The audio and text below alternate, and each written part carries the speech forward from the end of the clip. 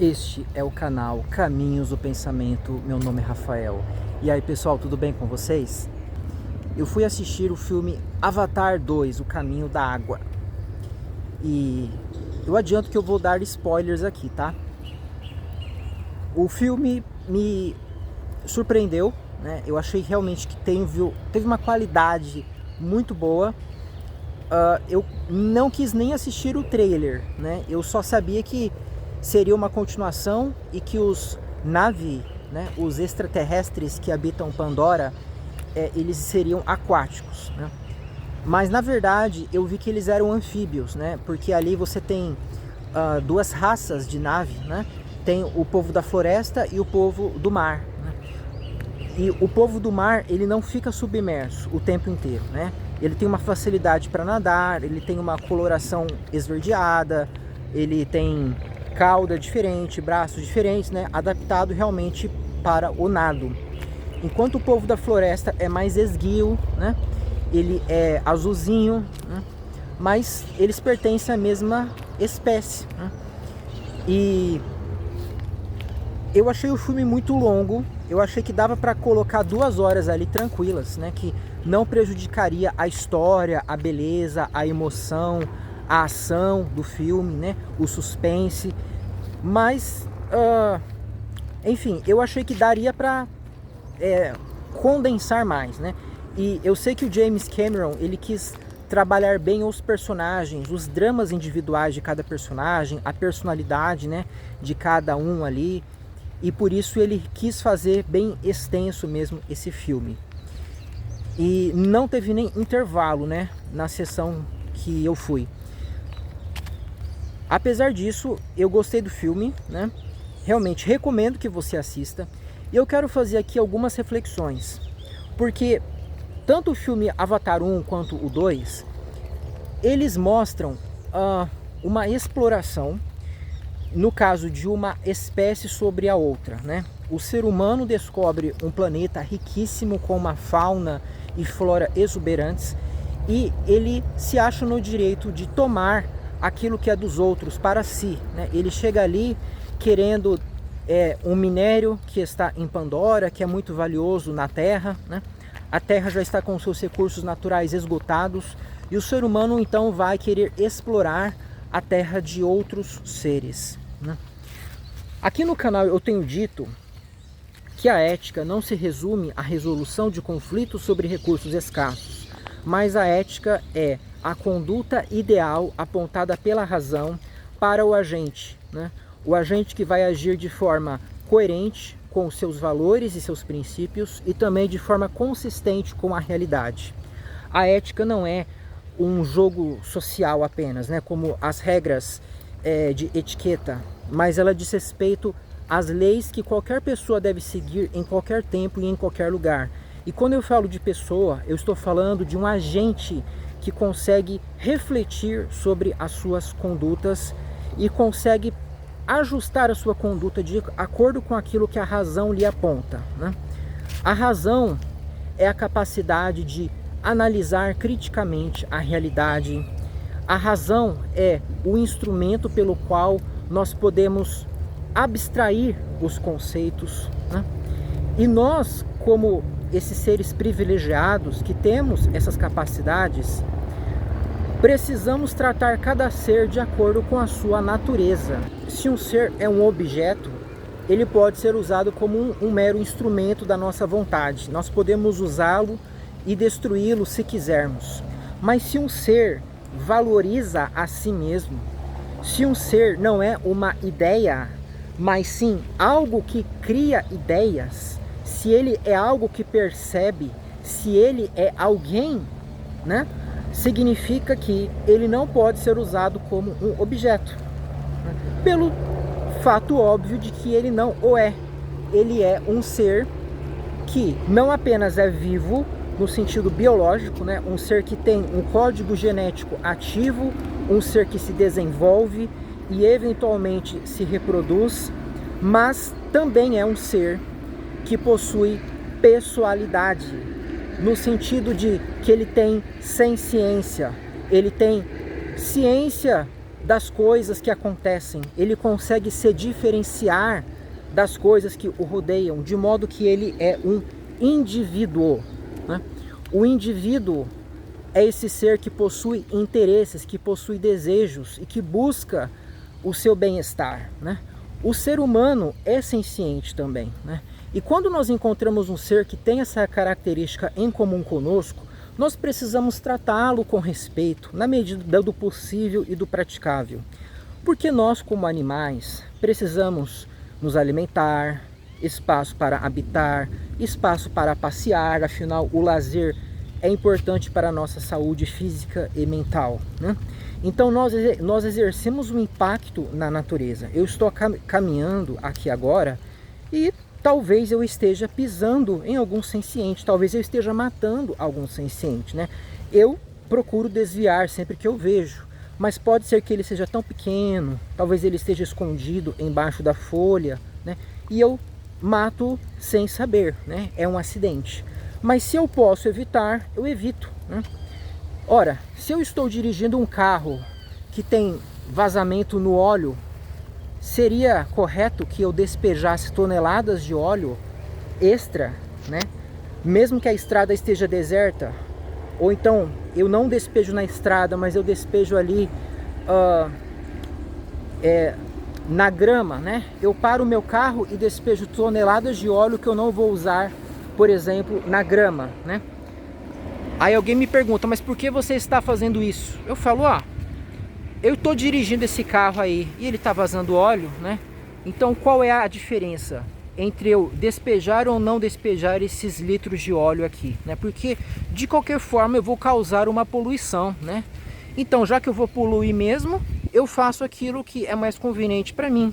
E eu não quero ficar com esses litros aqui no meu carro, eu vou jogar tudo fora, né? Eu vou destruir, né, esse espaço natural aqui com esses litros de óleo. Ora, essa conduta obviamente seria canalha da minha parte, né? Uma coisa é eu exercer uma atividade danosa ao meio ambiente, né? Talvez por uma necessidade de locomoção, né? Eu não tenho dinheiro para consertar o óleo, o vazamento do óleo, por exemplo, né? Ou então eu até tenho dinheiro, mas eu estou em um local que não tem onde eu consertar e eu vou ter que dirigir dezenas de quilômetros até achar uma oficina que faça esse conserto. Outra coisa é eu exercer essa atividade poluidora e eu piorá-la ainda, né? Eu ficar jogando óleo gratuitamente, sem um motivo forte o suficiente, né? Por aí. E o ser humano é assim. Ele é um animal que deixa sua pegada ecológica. A existência do ser humano acarreta a morte de milhões de insetos ao longo da vida dele, né? Afinal, nós comemos vegetais, nós comemos frutas, e para que isso aconteça, os insetos vão acabar morrendo, né? Eles disputam esses recursos conosco, né? E quando nós estamos falando de produção em larga escala, isso exige o uso de produtos químicos que vão matar os insetos também. Nós temos que desmatar certos locais, né, para que nós tenhamos onde plantar, para que nós tenhamos onde morar. Mas isso não significa que nós vamos sair por aí matando os animais por capricho, né, a bel prazer, né, apenas por motivos fúteis, né? Eu quero matar o animal ali porque eu gosto de ver a cor do sangue escorrendo, ou eu gosto de ouvir o barulho que ele faz quando ele está morrendo, né? Eu vou fazer até um concurso de quem faz o animal gritar mais alto, né? Eu vou torturar o animal aqui para mostrar que eu sei fazer ele gritar mais alto que todos os outros animais que estão sendo mortos, né? Ou então eu quero sentir o gosto da carne do bicho, né? Sendo que eu tenho opções vegetais. Eu tenho como ter comidas saborosas, variadas, baratas, nutritivas, sem precisar matar o animal. Então por que eu vou querer, né, a carne dele, ou mesmo o seu leite, o seu ovo, que são produtos que também exigem uma crueldade contra os seres que os produzem, né? Eu não posso fazer isso, né? Se eu estou em uma situação que me permite, né, viver bem, com força e saúde, sem nada de origem animal, então eu não vou atrás dos animais. É simples assim, né? E ali no filme, os humanos vão até aquele planeta porque supostamente eles estão em uma situação de necessidade. Porém, os humanos se colocaram nessa situação. Eles foram irresponsáveis, eles não tiveram cuidados ambientais, não tiveram um desenvolvimento sustentável, né? Eles tiveram uma visão similar aí à do Bolsonaro, que também via os recursos naturais, as nossas florestas, como um mero instrumento econômico, né? Que poderia ser usado sem medo de acabar, né? Ele dizendo aí que não pega fogo na floresta amazônica não, porque a floresta é úmida, né? Numa atitude cínica, né? Numa atitude realmente de enganar, né, as pessoas, porque ele queria realmente que as pessoas queimassem a floresta, usassem a floresta para ganhar dinheiro com a venda de madeira, né? Esse tipo de coisa. Uma pessoa totalmente abjeta que pensa dessa forma e que estimula essas atividades. E os seres humanos, então, não estavam justificados em invadir a casa dos outros para pegar aquilo que não era deles, né? Aqueles seres que habitavam ali, seja os Na'vi, seja os demais animais, porque os Na'vi, eles eram seres argumentadores, né? Eles eram seres que não apenas eram pacientes éticos, no sentido de merecer consideração no momento da ação, de seres que conseguem raciocinar e refletir logicamente, mas os Na'vi, eles também eram esses agentes éticos, né? Enquanto os demais animais mostrados no filme, eles não tinham um desenvolvimento intelectual tão extenso a ponto de criar conceitos, né? A ponto de pensar sobre a ética, a ponto de ajustar as suas condutas de acordo com algo que seria mais desejável para garantir o bem-estar e a felicidade da coletividade, né? Embora nós tivéssemos ali, no filme 1 eu não lembro, mas no 2 nós tínhamos ali aqueles animais similares a baleias, né, que eram irmãos espirituais dos Na'vi aquáticos, né, ou melhor, os Na'vi anfíbios, né, e segundo é dito ali no filme, aqueles seres similares a baleias, eles conseguiam entender filosofia, né, eles se comunicavam com os Na'vi mediante a língua deles ali mesmo, aqueles sons, né, que eram como se fossem cantos. E então aqueles seres aquáticos, talvez eles pudessem ser agentes éticos, né? Pelo que me consta, isso parece que é algo factível. Mas enfim, vamos voltar para o assunto aqui, pessoal, porque esse filme me levou a refletir sobre a exploração que nós fazemos dos animais, principalmente dos insetos, quando nós construímos condomínios em áreas de mato, né? Não estou nem falando de floresta, estou falando de área de mato, né? Como esse mato aqui, por exemplo, ó, né? Aqui nós temos árvores frondosas, né? E nós temos também puro mato, né? E ali no mato, com certeza, existem sencientes, mesmo que sejam formiguinhas, né? Eu já disse aqui no canal que nós não temos uma segurança muito firme da senciência dos insetos em geral, mas nós temos que dar o benefício da dúvida para esses seres. Talvez nós não consigamos detectar com uma firmeza tão forte a senciência deles por falha dos nossos métodos, né? Eles têm um aparelho biológico, né? Um sistema sensorial próprio deles, muito diverso do nosso. E o mais provável é que eles sejam seres que possuem consciência, seres que se diferenciam do seu meio, seres que valorizam as suas vidas e não apenas robôs biológicos.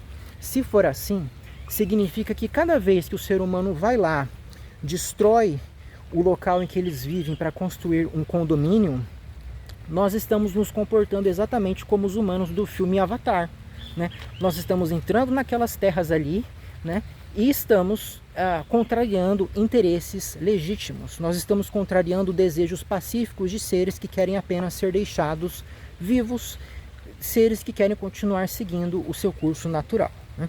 Se nós temos condições de morar em locais que já foram desmatados, que já sofreram essa intervenção, né? Se nós temos como morar em um apartamento, em uma casa ou mesmo em um condomínio que já foi construído, Então por que nós vamos desmatar um local, né, para construir ali enfim, nós vamos desalojar sencientes para colocar sencientes de outra espécie, né? Como se o critério da espécie servisse para justificar isso, né? O que não é verdade, né? O fato de um ser ter uma configuração biológica diversa do outro não significa que ele tenha um direito superior à moradia, que ele possa chegar ali e matar aquele senciente, né? Ou mesmo obrigá-lo a sair, né? Para que ele se vire, para que ele vá morar em outro local qualquer, né? Então, o ser humano, o que me parece, né, pelo o que eu tenho pensado, ele, assim como ele não pode matar um animal para comê-lo, quando ele pode viver sem isso, quando ele tem vegetais na quantidade e na variedade suficientes, ele também não pode morar em um condomínio que foi construído com essa exploração, né? A não ser que já tenha se passado muitos anos, né? Aí não tem mais problema. É a mesma coisa que nós aqui no Brasil, né? Muitos locais que nós moramos hoje eram habitados por índios que foram alvo de um genocídio, né? A minha cidade mesma foi construída em cima do sangue indígena, um povo que foi morto da forma mais cruel que vocês são capazes de imaginar, né? E eu moro em um local, então, que foi palco desse crime, né, desse assassinato coletivo. Significa que eu tenho que ir embora? De forma nenhuma, porque o fato de eu estar morando aqui não está estimulando que novos genocídios aconteçam, né? Eu tenho que me conscientizar do que foi feito, tenho que reconhecer que aquilo foi horrível, que aquilo foi errado. Agora, eu não tenho por que abrir mão da minha moradia, até porque isso não vai ajudar em absolutamente nada a ninguém, né? E o condomínio também, quando ele já foi construído, né, as pessoas já estão morando ali, o fato de eu não querer morar ali não vai fazer com que alguma coisa mude. Eu tenho que protestar contra a construção de novos condomínios, eu tenho que protestar contra a continuidade da exploração, né? Porque os seres sencientes que moravam naquele local, ou eles morreram, ou eles já foram embora. E o condomínio não será destruído apenas porque eu não vou morar mais ali, né? Se o condomínio foi construído, as pessoas vão para aquele local, né? As pessoas vão morar, as pessoas vão comprar, né? E a saída, como eu sempre tenho pregado, para a resolução desses problemas é a conscientização, né?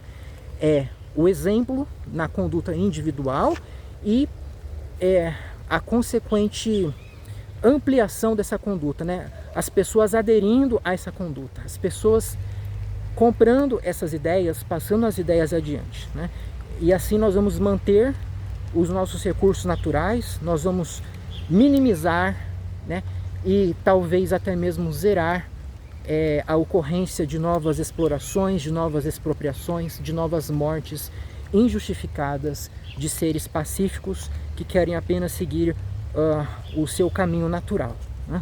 O ser humano é um predador, o ser humano é um ser onívoro, ou seja, ele precisa de vegetais, né, para se alimentar, e ele pode consumir carne, né?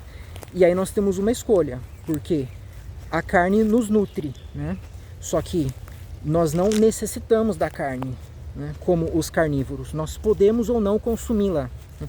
E assim também nós podemos ou não destruir o local de habitação dos sencientes minúsculos, né?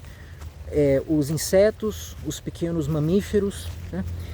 E nós temos então que tomar uma escolha dentro das condições que nós temos, né? E se nós podemos escolher, né, comer apenas vegetais, suplementando a B12, que não está presente nos vegetais, né, para não nos prejudicarmos. Se nós podemos escolher morar em um local sem precisar prejudicar ninguém, né, independentemente da espécie, eu acredito, né, com base em tudo isso que eu tenho exposto, que o caminho ético, ou seja, o caminho imposto pela razão como uma norma para um ser que deseja agir de modo pacífico, de modo justificável, de modo exemplar, de um modo que ele gostaria que fosse feito com ele mesmo, se ele fosse o ser que está do outro lado, né? O ser mais fraco, o ser indefeso. A forma correta de agir é boicotando a pesca, boicotando a pecuária e boicotando também condomínios recém-construídos em locais que eram habitados por sencientes, tá? Pessoal, por hoje era isso, até a próxima.